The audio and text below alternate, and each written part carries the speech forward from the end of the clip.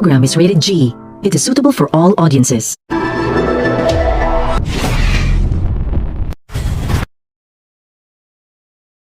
Good morning mga kapuso! In this activity, we will talk about the definition, the importance, and why do we need to use assessment.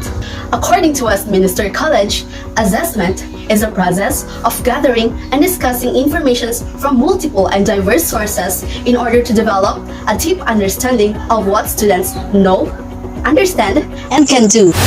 At the end of this activity, the field study student must be able to achieve the following intended learning outcomes. Assessment for learning. Before the lesson started, the teacher used formative assessment. He gave his student a short or impromptu quiz about physical fitness. In this assessment tool, it helps him to determine the knowledge of the students in the said topic. In assessment as learning, the teacher used formative assessment when he asked questions in terms of what students' insight about weight management. And of course, all the students are well responsive and cooperative. In assessment of learning, he used formative assessment by giving recitation, asking his students on what they understand about the topic. And he let his students to give more examples and explanation about the topic. Which of the listed assessments are formative in nature? Justify your answer. The formative assessment listed on the table are in class discussion. This assessment tool helps the learners to enhance their comprehension, critical thinking skills in the process of learning experience. Ideally, formative assessment strategies improve teaching and learning simultaneously. The teacher itself can help students grow as learners by actively encouraging them to self-assess their own skills and knowledge retention, and by giving clear instruction and feedback. List all the summative assessments that you have observed. Why do you say so? Not observe, because most of the assessment that he used is formative in nature. These are the intended learning outcomes of the teacher that we observe, and Mr. Fernando will identify the assessment activity used by the teacher that supports each intended learning outcomes, whether it is traditional or non-traditional assessment. First ILO, the students should be able to define weight management. The teacher used non-traditional assessment. The teacher flashed impromptu quiz to show if the students had ideas in the topic. Second ILO, the students should be able to analyze the risk factors and diseases associated with overweight or obesity. The teacher used non-traditional assessment. The teacher gave recitation to the learners during the discussion for them to share their knowledge and ideas about the topic, risk factor and diseases associated with overweight obesity. In this type of assessment, the learners create a response to a question. Third ILO, the students should be able to apply the efficacy of leading popular diets and diet approaches for weight management. The teacher used non-traditional assessment also. The teacher shows the Philippine food pyramid to his students to clearly explain the nutritious food that helps in applying diet approaches for weight management. After that, the teacher asked his students to share their own experience about the topic. What guidelines on task construction and art questioning did the teacher consider in each assessment activity? The guidelines on task construction and art of questioning used by the teacher is he made sure there is only one clearly correct answer. He also made sure that the words used will be clearly understood by his students. Good day everyone! Coming from Pangasinan State University, Bayambang Campus, College of Teacher Education, I am conducting an interview in the Field Study 1 focusing on Domain 5 in assessing learning outcomes and reporting feedbacks. I am Genevieve L. Fernandez, taking up Bachelor of Physical Education, the interviewer. Today, I am here together with a very special person. She is a degree holder, also from Pangasinan State University, Bayambang Campus.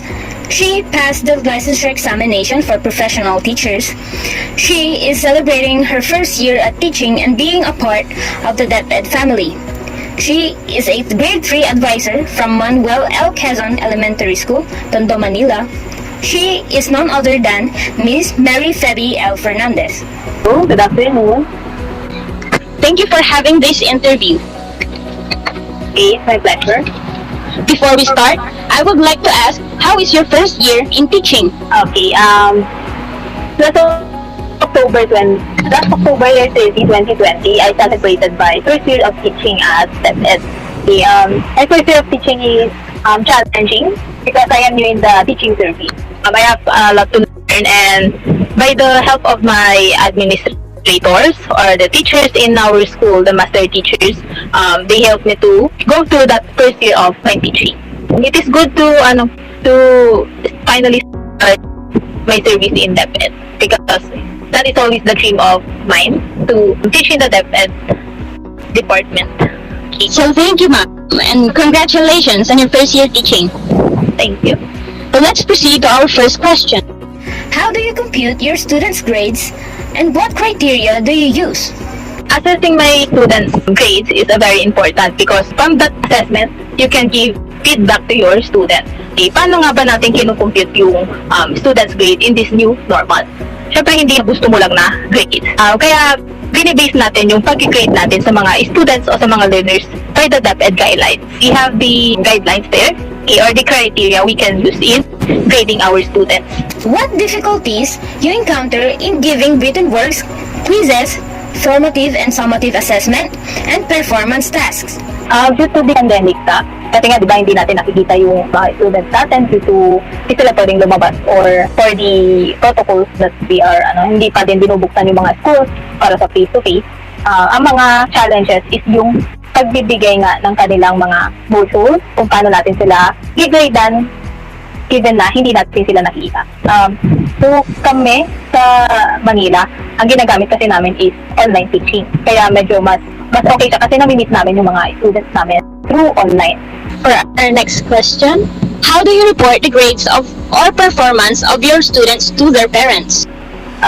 Kami in every quarter, nagkakaroon kami ng parent-teacher conference before we give the soft copy of the cards sa mga estudyante through personal message.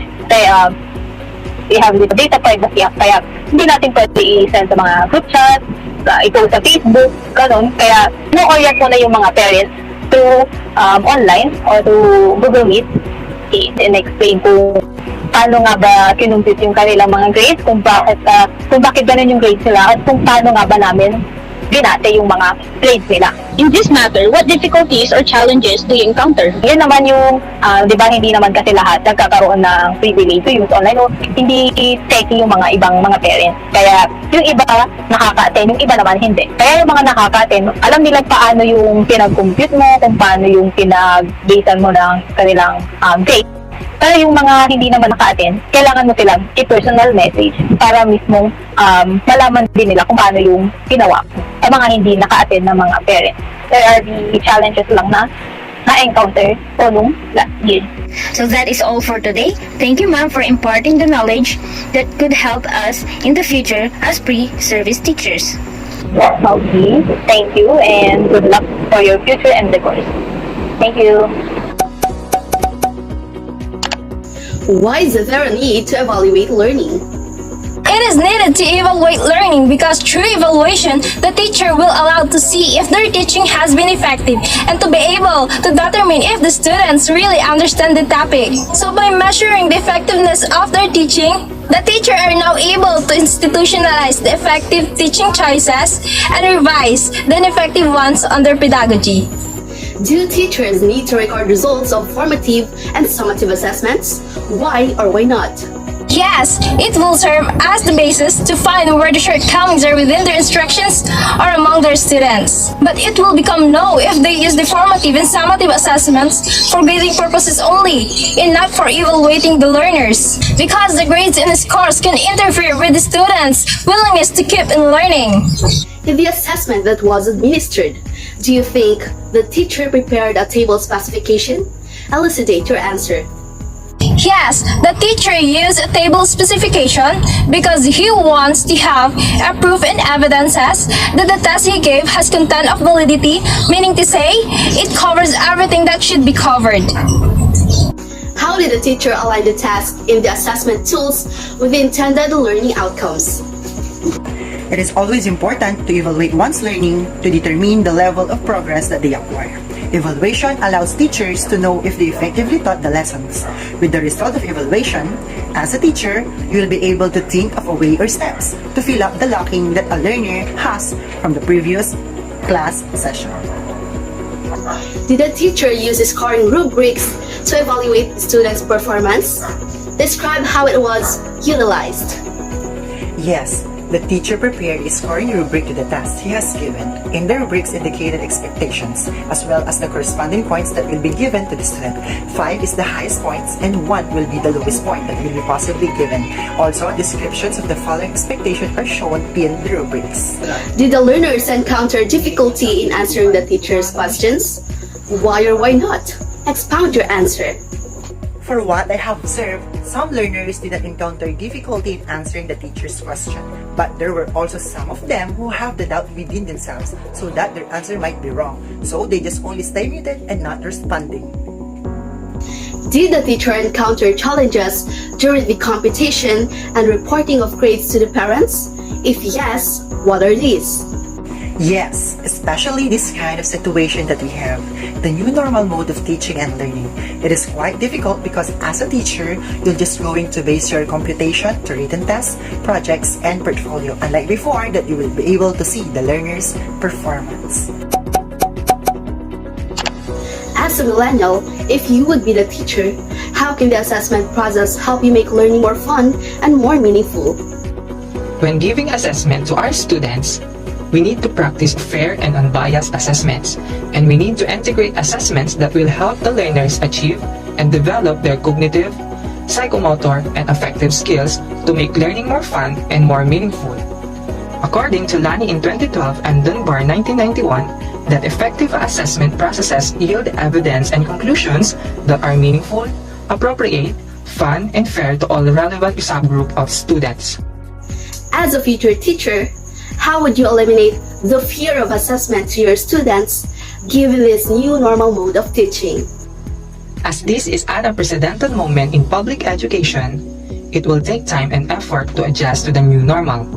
So to be able to eliminate the fear of assessment by our students, we need to make sure that our students are familiar with the kind of devices they will use and any technology-enhanced item types they will encounter, because it is very helpful to get our students comfortable with the types of test environment they will experience. If you are the teacher, what solutions could you offer to address the challenges in evaluating students' performance and giving feedbacks? In the new normal educational setup, one of modalities being used is through online. With this, pupils and students were mostly evaluated in their performance task and written tests sent through Drive or Messenger. If you are the teacher, how would you formulate a plan for your assessment tools in an online platform teaching? As a future educator, we can use different online tools like Google Forms or sending the assessment materials on Messenger. This is the sample computation of grades using the DepEd assessment guidelines. In these guidelines, you can see the written work with 20%, performance task with 60%, and quarterly assessment with 20%, with a total of 100%.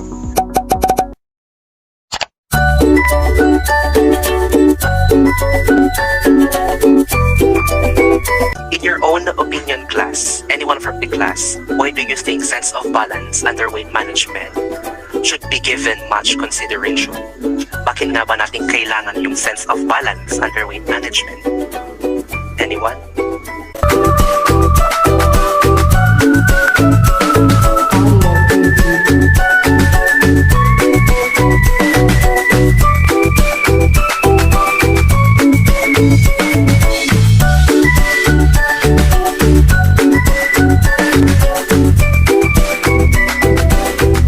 And that's all for our activity.